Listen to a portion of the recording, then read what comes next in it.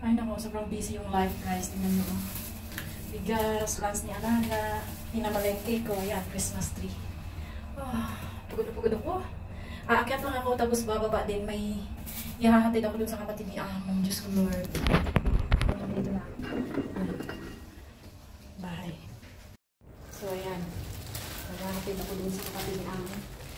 Saka yung bag. Dito sa bag ko. Ay buhay. Nag-aantay ako ng bread. Busy yung life. Sorry naman. So ayan guys, labas tayo. Ang daming tao ngayon kasi lunchtime na. Ang hirap ng buhay, no? Hirap kumita ng S. Diyan tayo pupunta guys, diyan yung building na yan.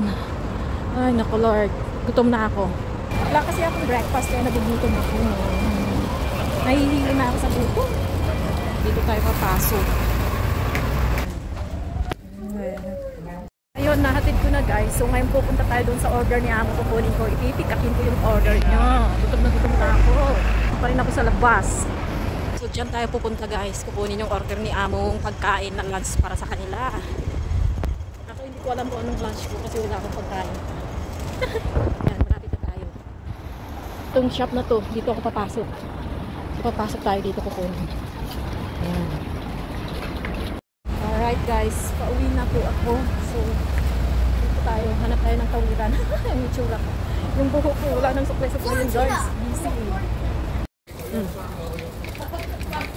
Kumakaw na ako guys. Kumuha ako ng pera sa wallet ko. Kasi hindi ko alam kung may pagkain ako eh. Para lang sa kanila.